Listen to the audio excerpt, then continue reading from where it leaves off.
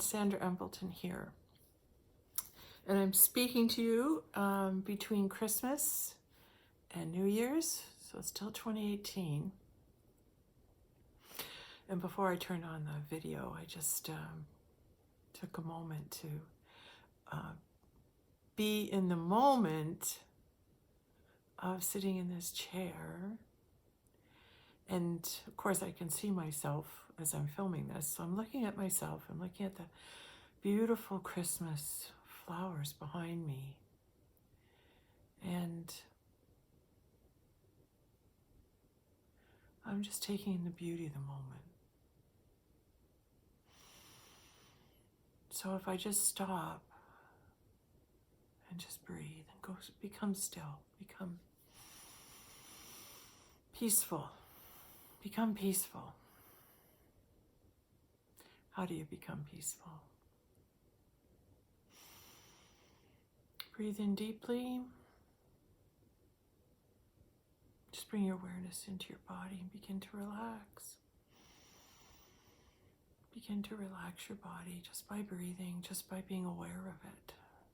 Just by being aware of how it feels, what it's telling you. Breathe again.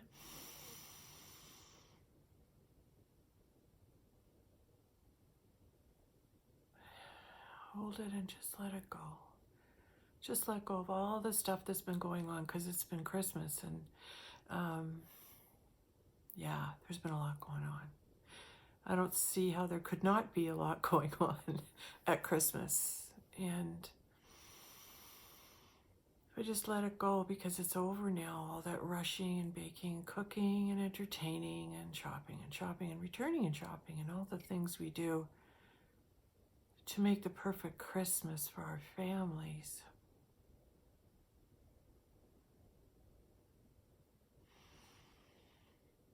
I guess it just depends on your definition of what's a perfect Christmas.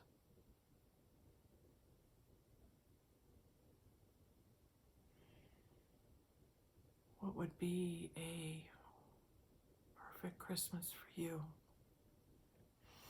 Well, it's hard. I have to bury myself to go into the physical celebration, the worldly celebration of December 25th, which is, the day that Santa comes. And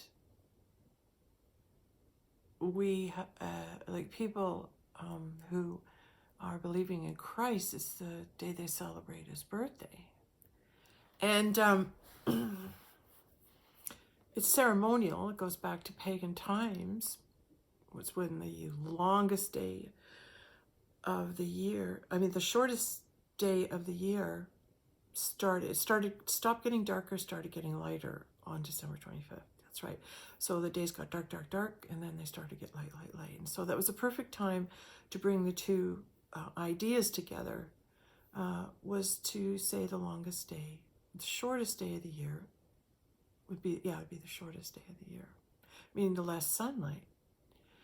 So yeah, depending on the sun for everything, you'd sure be sad when it wasn't shining and rejoicing when it came back to warm you and to grow your food because you depended on it so much. So I was saying that I get lost. I get lost in the physical celebration. I get caught up in the shopping. I get caught up in the idea. You have to have this, this, this, this, and we want to have this, this, and this to celebrate and this to eat. You get caught in it. You just get caught in it, and you think it's important, and you take all your energy in making it the perfect Christmas. And maybe that's just me being a Virgo, maybe the perfectionist, wanting it to be as perfect for my family as possible, because then it's easy, and then everybody gets what they want, and everyone gets to eat what they want. And so for one day, everybody's happy, everybody's satiated, everybody has exactly what they want in the physical realm. In terms of maybe clothing, I've got a new coat, I've got this, I've got to have Christmas cake this year, homemade. There's so many things that make a perfect Christmas for everybody. And it's that obtaining and that reaching for that perfect Christmas that I jump right in there. I jump right in. I do. I do. I make it the best Christmas that I can. But what I give up in return is my spiritual identity. And as I'm going through the process of this, I get the awareness, oh, wait, you're giving up who you are right now because you're trying to walk in two worlds. And right now, the world of the physical is so demanding on you. It's like I can only give my energy to one thing to get it done, because that took all my energy to have the perfect Christmas. But I demand a lot of myself. How I lost my spirituality and how I leave behind my spirituality is when I forget to, when I stop remembering I'm that spiritual being here on the planet to help lift up the frequency of the planet, and I lose myself. I lose that self-identity of how important it is that I be present, that I bring that Christmas spirit. And I didn't make that a focal point to be all that spiritual being I could be. I didn't make it a priority. There, that's the truth. I didn't make it a priority. And I knew I wasn't doing it. And then I said to my higher self, it's almost like, well, God, forgive me for not giving all my love and time and energy to him and what he needs me to do right now. Will he forgive me? Because he knows this is demanding of me, and he knows me. God knows me. He knows what I'm like. He knows when I'm good to write and when I'm not. He knows when I'm busy and when I'm not. And he protects me more than I can imagine. I don't even have to ask him to do it, and he does it. In other words, when I say he protects me, he doesn't bring too much to me. He doesn't bring too many problems to me. He doesn't bring too much drama to me. He brings me more wonderful people to talk to, and spirit moments and meaningful moments. And then when he brings those moments to me, he's giving me the gifts of Christmas. One of the first gifts God gave me at Christmas this year was amazing. It was an amazing thing. And I'll tell you the story because you'll love to hear it. It's kind of cool. So my daughter had the day without her kids. They were off in school. So she came down. She said, Mom, I'm going to help you. I'm going to help you make the Christmas pudding this year and some other stuff. So I've come down because I want to learn. And I go, okay, that'd be great. So as she's driving down from Guelph and she's coming to cook with me that day, I'm going, well, I need to get an apple from the garage, right, to put in the carrot pudding. And so I go into the garage, and as I'm grabbing an apple, there was a bag of photos from my husband's family in the chair, and the bag in the chair fell over, and all the photos landed face down, so I could only see the backs of them. I didn't know what their pictures were, except two, and one was a picture of my daughter and my son and their cousin, and which was cute, and I thought, that's so cute, I love the color in it, and I said, I'm going to bring that inside. And the other was a picture of my husband's grandmother. And Nana lived to be, I think, 94 or something. Scottish. Oh, Scottish. And so she got to meet my children, for sure my first two children. I have to go back and check when she passed exactly. But yeah, she definitely, now that I'm getting more information as I'm telling this, my husband's grandmother was very Scottish, and would take my kids when they were little on her lap and start singing in Gaelic and Scottish and sing to them, and it was just amazing to actually witness that. So as I'm in the garage and her picture comes up, I hear immediately, well, she wants to come inside. I go, oh, she wants to come in for Christmas, is what I heard. Oh my God, I thought, oh, well, here's a wonderful picture of Nana, and I liked her very much. And I brought it inside and I put it up in the kitchen. And then my daughter arrived and we started cooking. And I make the traditional carrot pudding that my grandmother passed on to me. And I have one surviving photo of her. I love her so much. And she made Christmas pudding every single year. I had it every single year of my life that I recall for Christmas dinner, except once when I was Weight Watchers and I wanted to lose weight. And I said no to Christmas pudding. Oh, I lived through it. I proved that I could do it, but oh, it was the only Christmas I missed it. So anyway, I've always made it for my family. So here's my daughter standing in the kitchen with me, and I'm instructing her on how to make it and how, the recipe and everything. And my grandmother's picture's there. And I say, Katie, I always have my grandmother's picture here when I make this to remind me of her. It brings the memory of her into me. I recall her love and everything about my grandmother when I make this pudding. So it becomes a ritual of passage in that I am honoring my grandmother from where this wisdom, this beautiful knowledge of a beautiful dessert for Christmas dinner that's traditional, goes through the ages, is being passed on to me. My grandmother did that for me. And I am all of a sudden being made of the awareness. And I look to my daughter and I say to her, oh my God, Katie, both your great-grandmothers wanted to be here with us while I was passing on the ritual of the plum pudding, of the carrot pudding, as we call it, plum pudding. And I went, oh my God, Caitlin, both your grandmothers, your great-grandmothers, grandmothers to me and my husband, and I went, both your great-grandmothers wanted to be here this morning while I passed on the ritual of the carrot pudding. They both wanted to be there. And so their pictures showed up. Yes, they both wanted their presence known in the physical, so their pictures both showed up. And here I get the awareness as I'm in the kitchen, wow, they want to be here. Their spirit souls are actually with us, and they're telling us that they're there. And it was very meaningful for me because it brought into awareness that just because we can't see our dead relatives around us doesn't mean they're not there. Isn't that amazing? Isn't that amazing that that happened? They were saying, hey, girls, we're here to pass on. We're present during your rituals.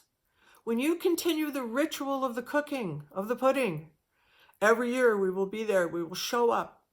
My ancestors showed up for this. And it's usually the Native Indians that talk so much about how the ancestors, they honor the ancestors. They bring their ancestors into their ceremonies. And I'm sure other cultures do as well, but none more that I'm aware of the Native culture of honoring their ancestors. And all of a sudden I'm realizing, oh my God, my ancestors are here. My ancestors, ones that I'm aware of, that I met, women that I met that had an influence on me, are still present in my life and helping me out. Wow, wow, wow, what a great gift to know that. And as I tell this story to her, I'm bringing more and more awareness into myself and into the moment of, wow, what else did they pass on to us? What else are they there, always there for? It's the woman. They're passing on the woman energy, the feminine energy in a ritual. And it can happen through what a woman does to remember her grandmother or her great-grandmother or mom. What a woman adopts. What wisdom did you receive? And as I'm speaking, I did not know, but had to become aware that my grandmother's actually a goddess. And she's the goddess of Amberley Beach and passed on that love for that land to me. So I'm the current reigning goddess of Amberley Beach. I got that title going for me. And that love for nature, that love for being at one with nature and God. And she also was a guardian of the Garden of Eden. My grandmother was the guardian of the Garden of Eden. Wow, didn't know, Grandma. That's quite a powerful feminine energy, isn't it? And then over on my husband's side, his great-grandmother used to read tea leaves. Used to read tea leaves, and there were people lined up outside her door every day to come and sit and talk with her and have her read their tea leaves. My husband's grandmother was a fortune teller. How about that? How about that? She was an intuitive reader, and people loved it. But what was really wild was that her son, my husband's dad, didn't like it at all and developed this hatred for spirituality because it obviously took his mom away from him, and developed this resentment towards it and passed that on. So there, as a result, there's a conflict and not an embracing of the goddess feminine energy in the household, because there's a split, there's a difference of opinion, a different way of seeing things, which I know is the case in many, many homes, is that ability to move our awareness into the feminine energies that surround us and that are with us. It makes a great deal of sense that I am an intuitive, and my husband is family, the feminine passing on in his family is intuitive, ability to know, a strong wisdom, that would be what was passed on, and a strong knowing. And as a result, that's my daughters picked that up. But look at what has been passed on to us. So from the grandmother showing up in the kitchen and saying, we're here for a lot of things. We'll pass on a lot of knowledge to you if you just call on us, ask us, talk to us, include us in your life. So call on Mary and call on Emily. Those are my grandmothers. And Katie's they're Katie's great-grandmothers. So I wanted to share that because it was an amazing experience and an amazing gift at Christmas, an amazing awareness that I am not alone, we are not alone, that we have those beautiful energies as souls surrounding us and helping us, always there to guide us. How wonderful. But there's a connection with the woman to the woman. There's a connection with the woman to the woman, and it's the passing on of the wisdom. The passing on of the wisdom. And the passing on of the wisdom is really educating each other about how to handle men, how to handle their non-belief, how to love them despite the fact that they don't see what we see, to their detriment, to their resistance. Because the feminine wisdom is what we need to call on. All of us need to call on Mother God, that feminine wisdom that is now needed and needs to be called upon. So when we say Mother God, or we acknowledge the feminine power and influence that exists in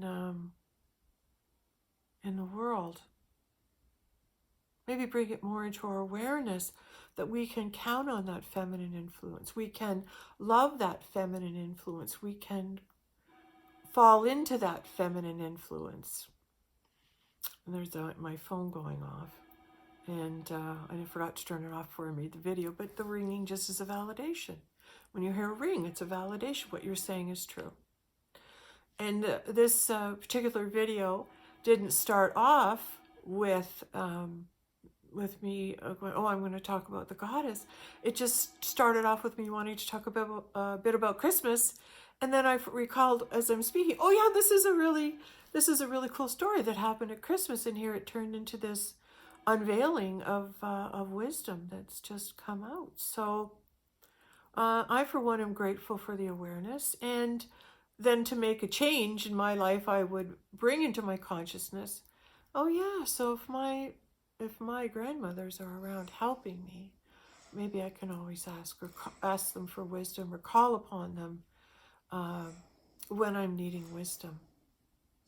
That's a wonderful thing to think of, isn't it? Okay, well, yeah, I'm going to end this video now with that story, and we'll probably make another one in a minute. Thank you. Bye.